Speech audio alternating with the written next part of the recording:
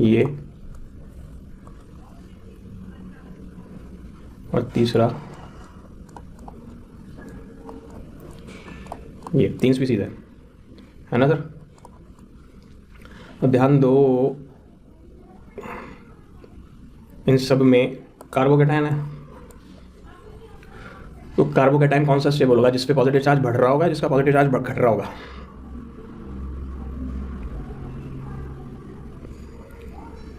बोलो, घट रहा होगा। अब ये Cl तो माइनस का इफेक्ट दिखाते हुए इलेक्ट्रॉन्स को इधर खींचेगा, तो इसके प्लस चार्ज को और बढ़ा देगा, और ये तो बिल्कुल निकल बराबर में ही है, बहुत ही ज़्यादा चार्ज खींच लेगा, बहुत ही ज़्यादा। और CH3 या कहो एल्काइल ग्रुप क्या दिखाता है? Plus effect. तो इसके प्लस चार्ज इंटेंसिटी को कम कर रहा होगा। तो ये वाला आया या नहीं आया? डन। और कोई सर जल्दी से?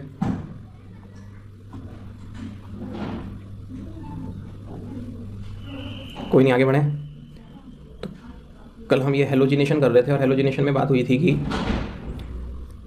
लाइट की, यूवी की हीट की प्रेजेंस में कुछ होता, और ये बात हुई थी कि इसका फ्री रेडिकल मैकेनिज्म होता, यानी रिएक्शन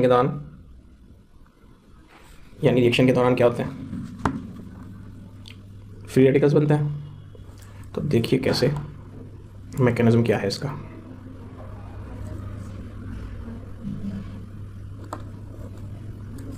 तो मैकेनिज्म में जो स्टेप्स होते हैं, पहला स्टेप है इनिशिएशन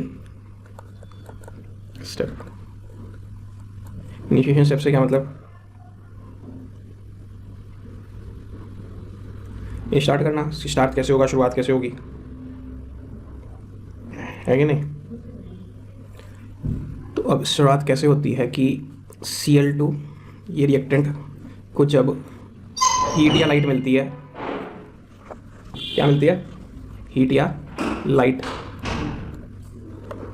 तो ये डॉट और ये डॉट में से एक Cl पर और एक दूसरे Cl पर क्या बन गए? 2 Cl डॉट। अब 2 Cl डॉट बने, फ्री रेडिकल बन गया। फिर है प्रोपोगेशन। प्रोपोगेशन मतलब रिएक्शन का चलना। तो Cl डॉट साहब बातचीत करेंगे जाके मीथेन से। तो मीथेन में ये है,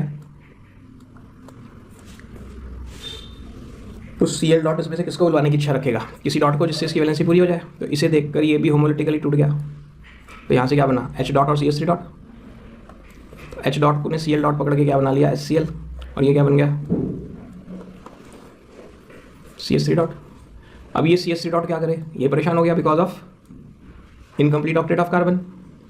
ये जाके एक नए Cl2 के पास धावा बोलता, कहता है अब जल्दी से होमोलिटिकली टूट जाओ।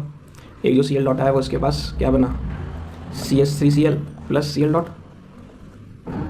हाँ या नहीं? अब जो ये Cl डॉट है ये क्या करेगा? ये Cl डॉट एक नए मीथेन के पास, वहाँ से फिर से CH3 डॉट बनेगा, और HCl वो CH3 डॉट किसके पास? एक नए। इस तरह से रिएक्शन प्रोपोगेट करती रहेगी। फिर next step will be termination, यानी अब रिएक्शन खत्म होने के सीन बना रही है। खत्म होने का सीन कैसे होगा? जो Cl डॉट बनते हैं उन्हें क्या चाहिए होता है? मीथेन। अगर आपके रिएक्शन मिक्सचर में रिएक्टेंट मीथेन खत्म होना शुरू हो गया, अगर मीथेन खत्म होना शुरू हो गया तो Cl डॉट को H डॉट तो मिलेंगे नहीं मीथेन से। या उल्टा सोचो, CH3 डॉट किसकी तलाश में रहते हैं? Cl2 को। और Cl2 वहाँ खत्म होने शुरू हो गए तो CH3 डॉट को Cl2 तो मिल नहीं रहे, Cl2 नहीं मिल रहे तो Cl डॉट नहीं मिलेगा। प्रॉब्लम समझ आ गई या नहीं? तो ये Cl डॉट किसी मीथेन की तलाश में था, इसे कोई मीथेन मिला नहीं, बल्कि इसे एक दूसरा Cl डॉट ही मिल गया। दोनों गले मिलकर वापस Cl2 बन गए। या ये Cl डॉट किसी CH4 की तलाश में था, और ये CH3 डॉट किसी Cl2 की तलाश में था। अब CH3 डॉट को Cl2 तो मिला नहीं, लेकिन सीधा Cl डॉट मिल गया। तो CH3 इससे गले मिलके, और कोई CH3 डॉट जो Cl2 की तलाश में था उसे Cl2 तो मिला नहीं, एक दूसरा CH3 डॉट मिल गया।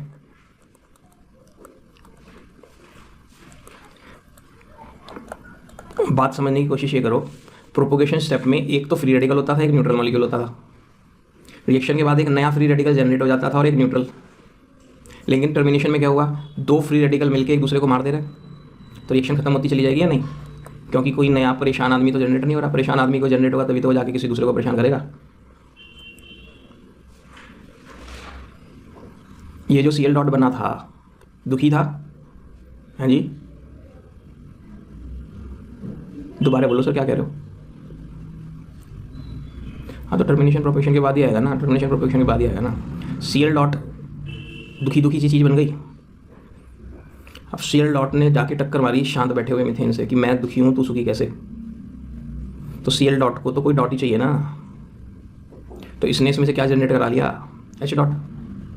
तो H डॉट और Cl डॉट गले मिलकर HCl बन गए, और ये दुखी सा कौन रह गया? CH3 dot. अब CH3 डॉट क्या करे? वो वहाँ एक नए ताजे Cl2 के पास जाए कि मैं दुखी हूँ, तू सुखी कैसे?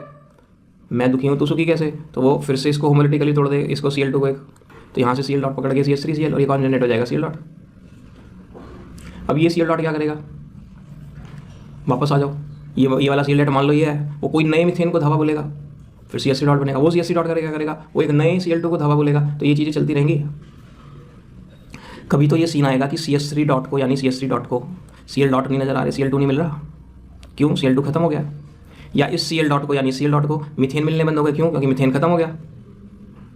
तो Cl डॉट किसी तलाश में रहता है? इन दो स्टेप्स को देख के बताओ, Cl डॉट किसी तलाश में रहता है? ऊपर देख के बताओ। CH4 की, लेकिन CH4 वहाँ मिल नहीं रहा, खत्म हो गया। तो एक से टाइम पे एक ही Cl डॉट होगा या हजारों लाखों Cl डॉट होंगे? तो क्या ऐसा नहीं हो सकता दो Cl डॉट आपस में मिलकर न्यूट्रलाइज वर्ड तो नहीं लगाना चाहिए, Cl2 मॉलिक्यूल बना ले? या Cl डॉट को कौन टकरा जाए? एक CH3 डॉट किसकी तलाश में रहता है? Cl2 की, लेकिन CH3 डॉट को Cl2 नहीं मिल रहे, तो ये दोनों मिलके शांत हो गए, और ऐसे CH3 मिलके शांत हो गए। तो अब इंपॉर्टेंट क्वेश्चन है, IIT में JEE एडवांस में उन्होंने पूछ लिया, ये JEE एडवांस में पूछ लिया ये कैसे?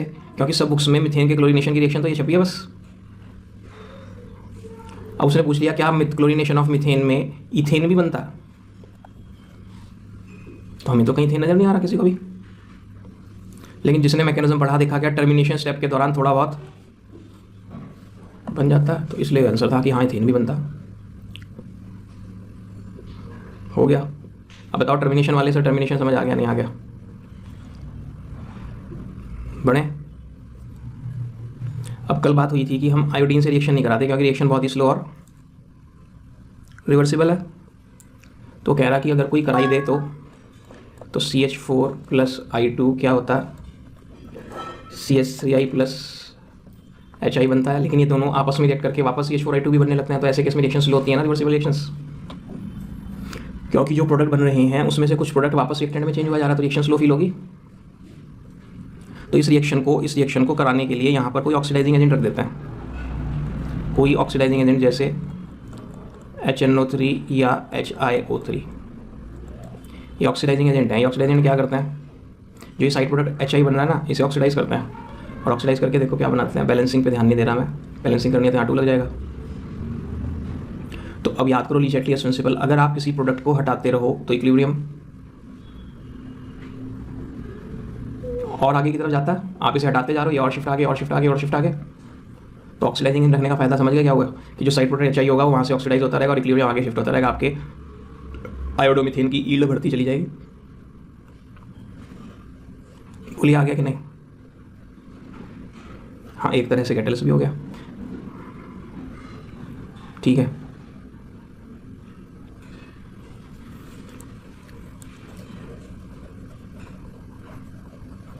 कंबशन ऑफ एल्केन्स खूब बढ़ा, बचपन से बार बार बढ़ा।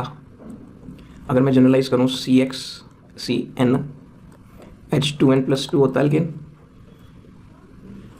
और कंबशन अगर कंप्लीट करा रहे हो तो O2 गैस के साथ ही होता है, और प्रोडक्ट हमेशा और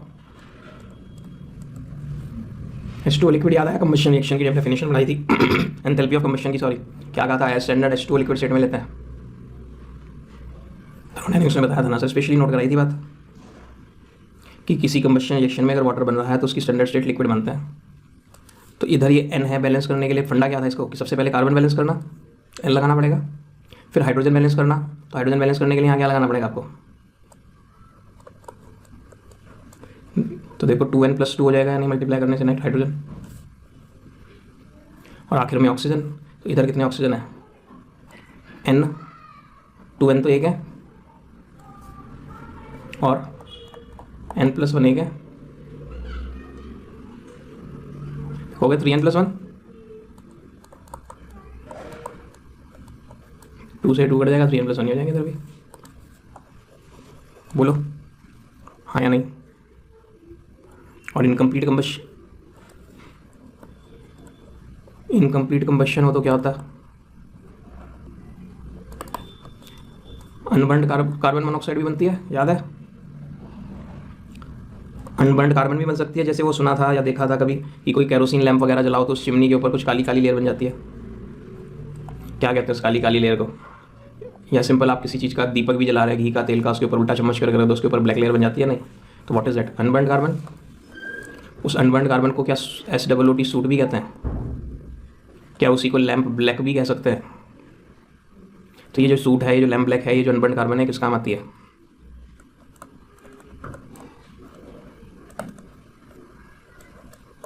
समझ गए क्या? इमेजिन करो टायर को पकड़ के उसकी रबड़ को खींच रहे हैं ऐसे, तो उसके अंदर पोर्स, सरफेस पे पोर्स जनरेट हो जाएंगे कुछ, उसके अंदर क्या भर देते हैं? कार्बन, जिससे उसकी लाइफ बढ़ जाती है, थोड़ी टफनेस आ जाएगी ना उसमें। इंक ब्लैकिंग बनाने के लिए, ब्लैक पेंट बनाने के लिए शायद यूज़ कर लेते हो, बोलो। और अगर आपने एक्वागार्ड के अंदर वो डालते हैं, वो फिल्टर कैंडल्स कहते हैं शायद उन्हें, क्या कहते हैं, एक्वागार्ड में डाल के जाते हैं ना, अगर एक्वागार्ड मेंटेन करते हो तो 2 रॉड सी डाल के जाते हैं ना सर्विस होने पे, तो उनमें से एक रॉड लेके देखना, 2 में से एक रॉड होती है, उसको फाड़ना तो अंदर कार्बन पाउडर भरा हुआ है। तो कार्बन पाउडर जो अंदर भरा हुआ किसका काम कर रहा है? फिल्टर का। भाई आपने ऐसे तो सुना है ना कि कपड़े से पानी छान रहे हैं, या नहीं?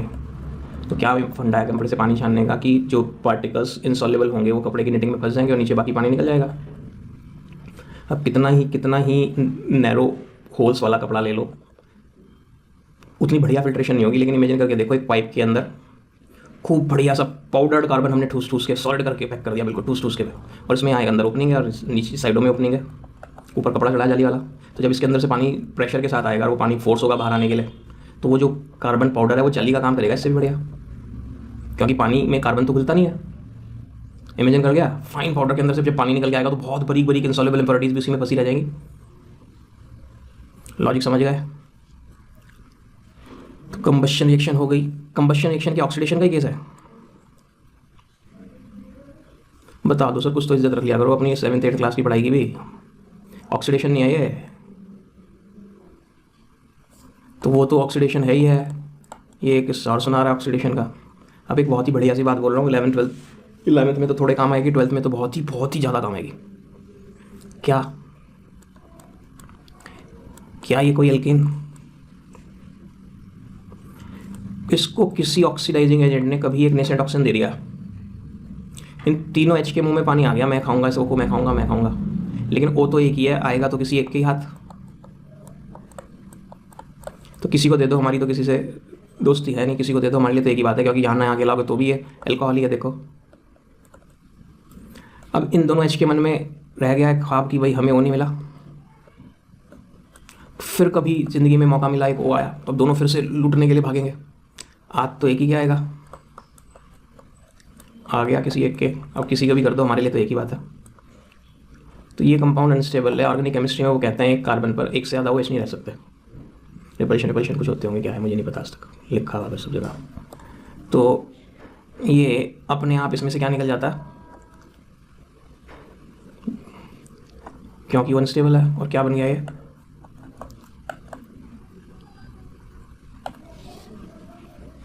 इस H के मन में आज भी सपना है क्या कि मेरे 2 साथी और होते थे, बिल्कुल मेरे जैसे थे, लेकिन उनकी तो लॉटरी लग गई, उन्हें तो वो मिला गया, मुझे तो मिला नहीं, मेरी तो किस्मत ही खराब है। कह रहा होगा नहीं? आज इसकी भी लॉटरी लगी गई आखिर।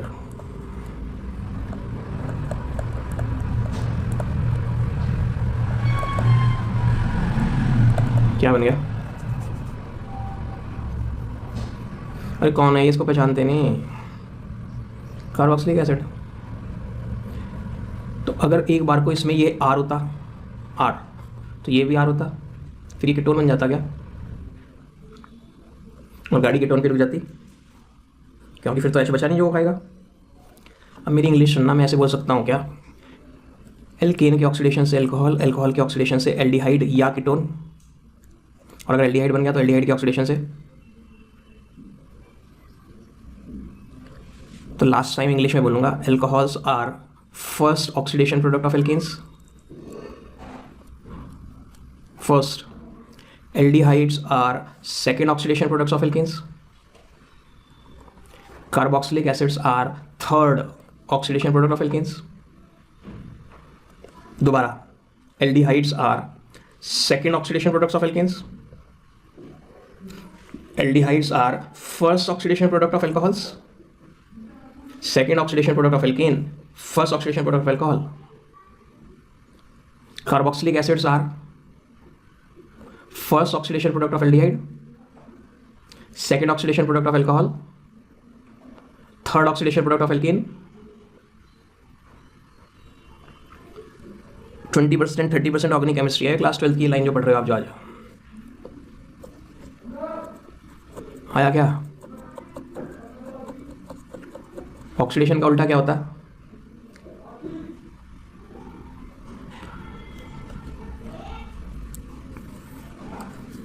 साहब कौन है?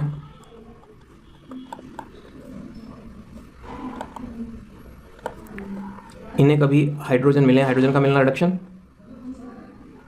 या नहीं? हाइड्रोजन का मिलना रिडक्शन, क्या ऑक्सीडेशन का उल्टा होता है रिडक्शन?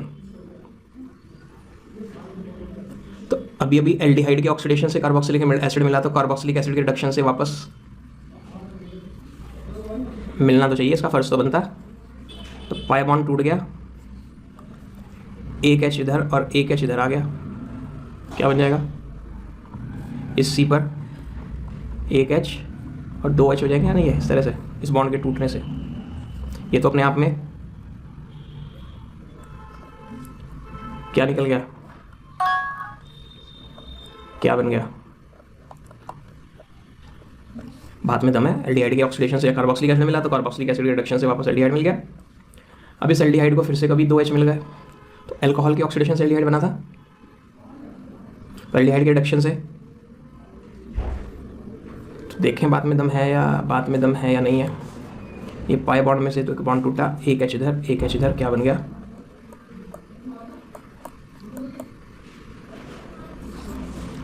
बढ़िया समझ आ रहा है तो या नहीं? अब अल्कोहल को कभी 2H मिले तो क्या होना चाहिए? तो डबल बॉन्ड तो है नहीं जिसके बाद तोड़ने, अब तो यही तोड़े तो ही बन सकता। बोलो। तो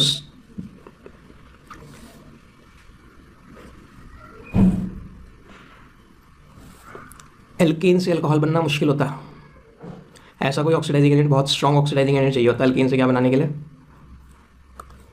तो मैं इस बात को ऐसे बोल दूँ, ये स्टेप डिफिकल्ट है। डिफिकल्ट का मतलब तगड़ा सा ऑक्सीडाइजिंग चाहिए। अल्कोहल को एल्डिहाइड बनाने के लिए कमजोर से ऑक्सीडाइजिंग से भी काम हो जाएगा, और जो काम कमजोर से हो जाएगा वो स्ट्रॉन्ग से तो हो ही जाएगा। बोलो, जो काम कमजोर से हो जाएगा वो ताकतवर से तो हो ही जाएगा। तो अल्कोहल को आसानी से एल्डिहाइड ऑक्सीडाइज कर सकते हैं, एल्डिहाइड को आसानी से कार्बोक्सिलिक एसिड कर सकते हैं। रिवर्स, कार्बोक्सिलिक एसिड को आसानी से एल्डिहाइड बना सकते हैं, जबकि हमारे पूरे कोर्स में ना 11th के 12th के ऐसा कोई रिड्यूसिंग एजेंट नहीं है जो कार्बोक्सिलिक एसिड को एल्डिहाइड पे रोकता हो, लेकिन कर सकते हैं। एल्डिहाइड से अल्कोहल आसानी से बना सकते हैं, लेकिन अल्कोहल से एल्केन बनाना फिर से, ये मैंने ऐसी नंबर 2 में अपनी भाषा बना रखी है। तो एल्केन से अल्कोहल बनाना भी मुश्किल, तो फिर अल्कोहल से एल्केन बनाना भी।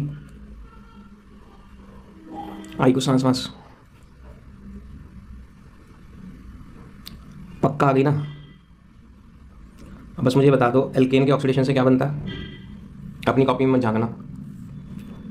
अल्कोहल से क्या बनता है? एल्डिहाइड से। तो अगर मैं मीथेन का ऑक्सीडेशन कराऊं कॉपर की प्रेजेंस में 573 केल्विन पर और 110 एटमॉस्फेयर पर, क्या ये थोड़ा मोटा? तो मीथेन का एल्केन का ऑक्सीडेशन मुश्किल था ना? तो बड़ी मुश्किल से बना कौन? बैलेंस करना हो तो ऐसे लगा लेना, बैलेंसिंग की हालांकि कोई वैल्यू नहीं है। आया। अब CH4 को फिर से O2 मिला और इस बार ऑक्सीडाइजिंग एजेंट के नाम पे कौन मिला, MO2O3 यानी मोलिब्डेनम ऑक्साइड। मोलिब्डेनम ऑक्साइड इसके मुकाबले, इस सारे तामझाम के मुकाबले स्ट्रॉन्गर ऑक्सीडाइजिंग एजेंट है। तो जब इससे स्ट्रॉन्गर है तो इसे एक कदम आगे ले जाएगा। एक कदम आगे क्या, एल्डिहाइड तक। बोलो हाँ या नहीं, क्या ये भी कोई एल्केन ही है? और इस बार ऑक्सीडाइजिंग एजेंट के नाम पे कौन मिला,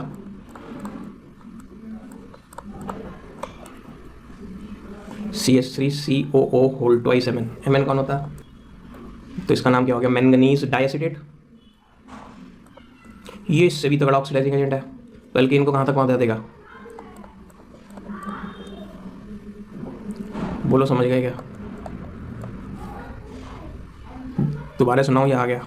बैलेंस करना ज़रूरी बिल्कुल नहीं है, फिर भी करने का मन हो तो करते चलो।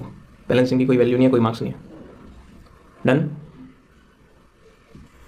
अब इसमें इसने एक छोटा सा पेंच क्या डाला है, एल्केन्स विद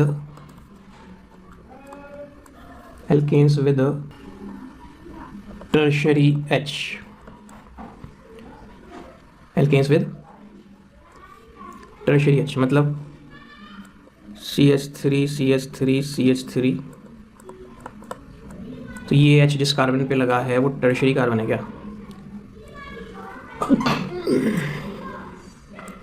तो ये को अगर कभी KMnO4 मिल जाए, तो ये तुमने खूब पढ़ा, KMnO4 is an oxidising agent, 10th की ऑर्गेनिक में आ गया था। तो ये टर्शरी H KMnO4 से O पकड़कर क्या बना लेता है, टर्शरी अल्कोहल। याद आया टर्शरी अल्कोहल? OH जिस कार्बन को छू रहा है वो क्योंकि टर्शरी कार्बन है इसलिए क्या कहलाया, टर्शरी अल्कोहल। इसकी फैमिली का नाम है, इस कंपाउंड का नाम है टर्शरी अल्कोहल। इस फैमिली का नाम है, इस कंपाउंड का नाम है, फैमिली का नाम है ना, कंपाउंड का नाम तो टर्शरी ब्यूटाइल अल्कोहल होगा। टर्शरी ब्यूटाइल याद करो, लेमिनेट पेज हो गया। Next is isomerisation. आइसोमर्स तो पढ़ लिया हमने, पढ़े या नहीं? Compounds having same molecular formula but different properties. इस कंपाउंड का नाम बताओ जल्दी से, क्या होगा यूपीएससी ने? हेक्सेन, बिल्कुल सही। 4 कार्बन 5 कार्बन 6 कार्बन हेक्सेन। तो अगर आप इसको एनहाइड्रस AlCl3 के साथ हीट कर देते हैं तो क्या होता है,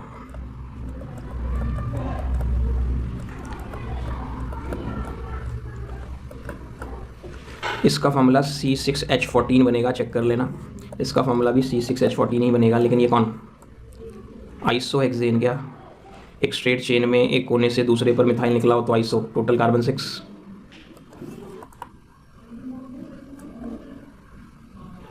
और भी बनाना चाहो और भी बन जाएंगे, जब 2 साइड चेन निकाल दो। तो इनका सबका फॉर्मूला तो C6H14 ही रहेगा। तो सही मायने में जरा याद करके देखो, पीछे हमने टाइप्स ऑफ रिएक्शन में एक वर्ड पढ़ा था, रीअरेंजमेंट रिएक्शन। तो रीअरेंजमेंट ही तो हो रहा, एक जगह से हट के चीज़ें दूसरी जगह लग रही है, वैलेंसी सब मेंटेन रखना है, पूरी कर रहे हैं।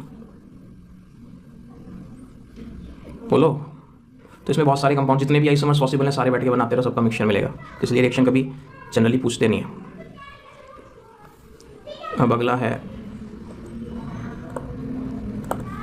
नेक्स्ट रिएक्शन इज एरोमेटाइजेशन, जिसे कुछ बुक्स में रिफॉर्मिंग भी कहते हैं। पता नहीं क्यों रिफॉर्म क्या हो रहा है, पता नहीं। रिफॉर्मिंग में तो कुछ दोबारा से फॉर्म होना चाहिए ना। तो ये कौन साहब हैं,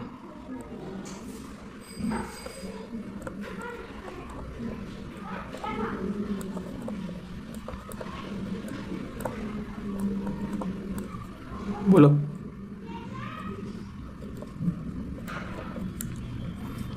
गंदे से हो गए क्या, ज़्यादा साफ करूं? गंदे हो गए? कितने सी दिख रहे हैं? 6। अब ये मिथाइल ग्रुप हो गया क्या, मिथाइल। और ये भी मिथाइल हो गया क्या? तो ये हेक्सेन नहीं हो गया? आपने हेक्सेन को इतना घुमा फिरा के क्यों लिख दिया? लेकिन यही तो फील आ रहा है। तो इससे आप Cr2O3 से या MO2O3 से या V2O5 से ट्रीट करिए, हीट करिए 773 केल्विन और 10 to 20 एटमॉस्फेरिक प्रेशर पे। क्या होगा, ये H निकल जाएंगे और ये H निकल गए, तो क्या ये डीहाइड्रोजिनेशन हो गया, H2 का निकलना डीहाइड्रोजिनेशन, ये CSC, और ये क्या बन गया, कंपाउंड का नाम, हाँ सर बिल्कुल सही, क्या बन गया, साइक्लोहेक्सेन। इन्हीं कंडीशंस में से इसमें से 3 H2 यानी 6 H और निकल जाते हैं, तो यहाँ मैं इसको साइक्लाइजेशन कह सकता हूँ, डिहाइड्रोजनेशन के साथ साथ साइक्लाइजेशन। अब 6 H और निकल गए तो ये सारे लुटे पिटे टाइप कैसे हो जाएंगे क्या, सबका एक एक H और चला गया, सब धाड़े मार मार के रो रहे होंगे हमारी एक वैलेंसी शॉर्ट हो गई। बोलो तो अब क्या होगा, अपनी वैलेंसी पूरी करने के लिए करेंगे क्या, और ऐसा करते ही कौन सा है, तो क्या एरोमेटिक कंपाउंड बन गया, इसलिए हेडिंग एरोमेटाइजेशन रही होगी। ये कौन हो गया,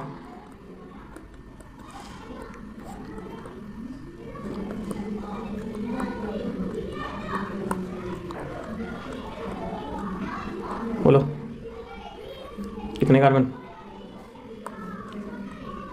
मिथाइल हेक्सेन क्यों कह रही हो मैडम, हेप्टेन हेप्टेन हेप्टेन। फिर से ट्रीट कर दो 773 केल्विन 10 to 20 एटमॉस्फेयर, तो मैं सीधा मार रहा हूँ 2 से अपना दिखा के, टॉल्वीन बन जाएगा क्या, क्योंकि रिंग तो छही का। Next is reaction with steam. Objective papers में खूब डाली हुई होती है इस रिएक्शन को, बिल्कुल आसान सी होने की वजह से। मीथेन को स्टीम के साथ रिएक्ट करा रहे हैं, स्टीम तो 100 डिग्री सेल्सियस से ऊपर होगी, देखना कितना थोड़ा सा टेम्परेचर है, ये 100 डिग्री सेल्सियस है तो भैया बहुत ही ज़्यादा है। तो ये आपका मिक्सचर ऑफ ये गैसेस बन जाता है। वाटर गैस सुना था क्या, वाटर गैस, तो ये मिक्सचर जो है फ्यूल का काम कर सकता है, क्योंकि कार्बन मोनोऑक्साइड भी बर्न करती है पता है, और हाइड्रोजन गैस की तो सुना होगा हाईएस्ट कैलोरीफिक वैल्यू है, तो फ्यूल का काम कर सकती है। Next is pyrolysis. केमिस्ट्री में जब जब पायरो आता है तो वहाँ उसका मतलब हीट होता है, पायरो मतलब हीट, तो पायरोलिसिस का ही दूसरा नाम क्रैकिंग भी है, और पेट्रोलियम इंडस्ट्री में तो बहुत ही इंपॉर्टेंट रिएक्शन है ये क्रैकिंग। क्रैकिंग का क्या मतलब, कोई बड़ा सा एल्केन लेके, बड़े सा ज़्यादा से ज़्यादा कार्बन वाला एल्केन लेके उसको स्ट्रांगली हीट करना हाई टेम्परेचर पे। हीट करना और आग लगाना अलग अलग बात होती है क्या, अगर मैं तवे के ऊपर आटा डाल रहा हूँ तो क्या मैं उसे हीट कर रहा हूँ, और अगर मैं फ्लेम के ऊपर आटा डाल रहा हूँ तो मैं उसे, तो हम यहाँ बर्न नहीं कर रहे, हम यहाँ हीट कर रहे हैं, समझ गए, क्योंकि बर्न कर रहे तो फिर तो कंबशन होगी, ये वाली आग लग जाती है वहाँ तो सब्सटेंस में। तो हायर एल्केन को स्ट्रांगली हीट करने पर, एब्सेंस ऑफ एयर में हीट करने पर क्या मिल जाता है, मिक्सचर ऑफ लोअर हाइड्रोकार्बन्स। क्या मतलब, हमें इससे समझ नहीं आ रहा, ये C6H14 है क्या,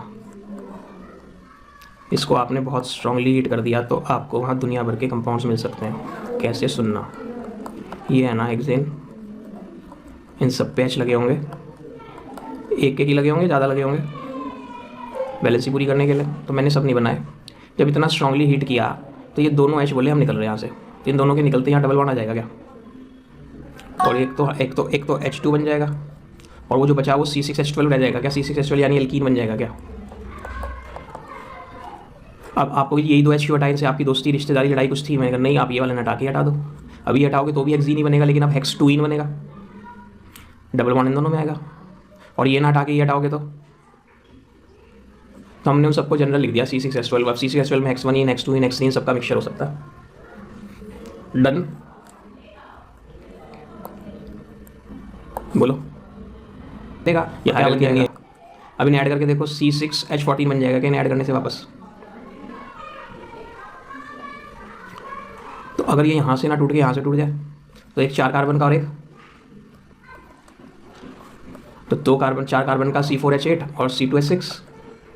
और अगर आप थोड़े होशियार होते तो आप मेरे से ये भी कह सकते थे सर C4H10 और C2H4। डबल बॉन्ड इस साइड में आ जाए, वल्कैन ही बन जाए, क्योंकि इनको ऐड करने से भी CCH14 बनेगा और इसको ऐड करने से भी। बोलो, अब ये यहाँ ना टूट के यहाँ से टूट जाए तो एक साइड प्रोपीन और एक साइड प्रोपेन, तो ये सब समझ गए, इसलिए क्या बोला, मिक्सचर ऑफ। अब इन सब में तो कम कार्बन ही है, तो इसलिए उसने बोल दिया मिक्सचर ऑफ। समझ गए। इस रिएक्शन के बारे में एनसीईआरटी में बस इतना छपा है कि ये फ्री रेडिकल मैकेनिज्म से होती है, यानी इस रिएक्शन के दौरान फ्री रेडिकल्स बनते हैं। ठीक है। अब आपकी बुक ने ए स्पेसिफिक एग्जांपल दिया हुआ C12 है तो H26 constituent of kerosene oil.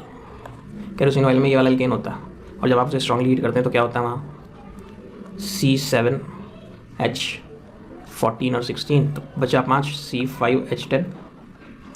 आप 7 की बात भी छोड़ रहे हो, कहीं से भी तोड़ लो मिक्सचर मिलेगा। मैंने ऐसे 7 पे अब यहाँ आपने C7H14 बना दो तो यहाँ C5H12 बनेगा।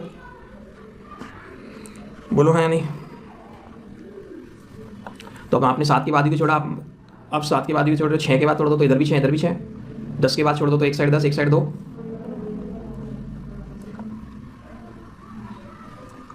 समझ गए। डन।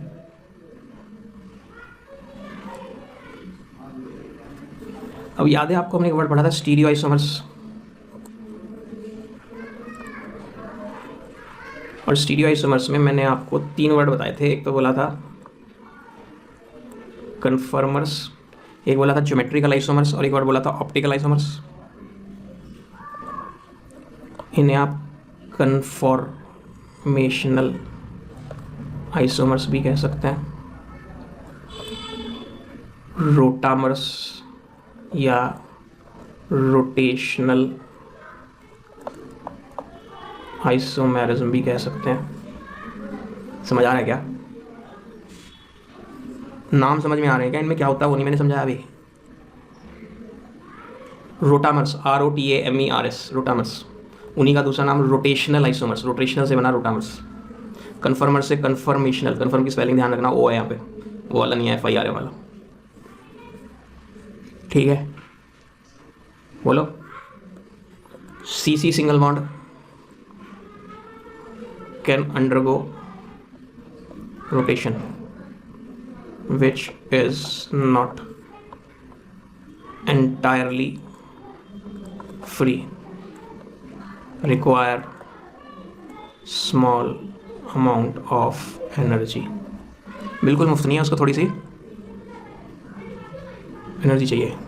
ठीक है, तो एक दूसरे में बदलने के लिए, एक को दूसरे में बदलने के लिए एनर्जी बैरियर, एनर्जी की रुकावट ऑफ 1 to 20 किलो जूल पर मोल, यानी 1 मोल रोटेशनल आइसोमर को किसी दूसरे रोटेशनल आइसोमर में बदलने के लिए 1 से लेके 20 किलो जूल तक की ज़रूरत पड़ सकती है। हमें कुछ भी समझ नहीं आ रहा ना। ये बात तो यहीं से शुरू हुई ना, इससे ऊपर तो सब समझ में आ रहा। तो मैंने समझाया कहाँ, मैं तो ऐसे इंग्लिश लिखा रहा था आपको, फिर तो ठीक है।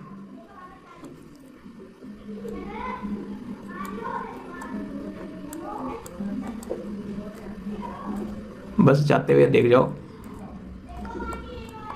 यहाँ आपकी आँख है, आँख, और यहाँ से आप इसे ऐसे देख रहे हो, तो ये C है, इस पर 3 H है। तो जब आप इसे यहाँ से देख रहे होंगे तो ये C ठीक इसके पीछे आ रहा होगा,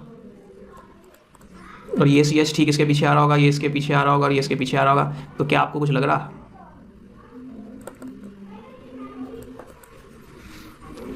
चंद्र ग्रहण, सूर्य ग्रहण, सोलर एक्लिप्स, लूनर एक्लिप्स, चांद के आगे सूरज या सूरज के आगे चांद, या आया क्या कुछ याद? हाँ या नहीं? आ गया। और अब फिर से यहीं से देखो, तो इस C के ठीक पीछे ये C होगा, वो तो दिखेगा नहीं, लेकिन आगे के तीनों H और पीछे के तीनों H दिख रहे होंगे क्या?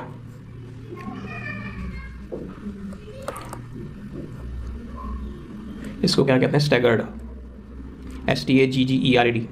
इसको इसमें बदलने के लिए क्या घुमाया होगा? इसे पकड़ के इस कार्बन पे तो उंगली रख के फंसा दो, यहीं रोक दो, इस वाले को घुमा दो, तो घूम के नीचे आ गया। तो ये कार्बन कार्बन बॉन्ड के अबाउट रोटेशन हो रही है इस वाले बॉन्ड के अबाउट, तभी तो ये से बदला। तो समझ आ गया कार्बन कार्बन सिंगल बॉन्ड में रोटेशन हो सकती है, लेकिन इसे रोटेट करने में कुछ पैसे लगेंगे, यानी एनर्जी लगेगी जो 1 से 20 हो सकती है। और मान लीजिए आपको हमें तो अभी भी कुछ समझ नहीं आया, तो मैंने समझाया कहाँ है, मैं तो कल दोबारा समझाऊंगा 3D फिल्म दिखा के। 3D वीडियो देख के तो समझ में आ जाएगा।